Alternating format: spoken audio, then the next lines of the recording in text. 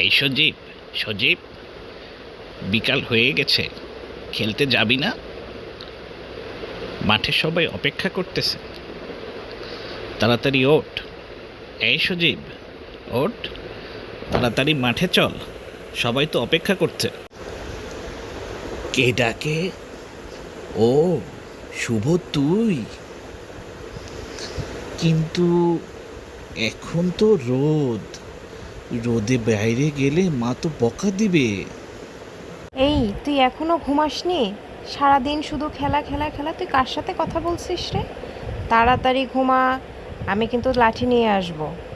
হ্যাঁ, একদম আমি যেন দেখি না তুই বাইরে বের হচ্ছিস, কথা যেন মনে থাকে।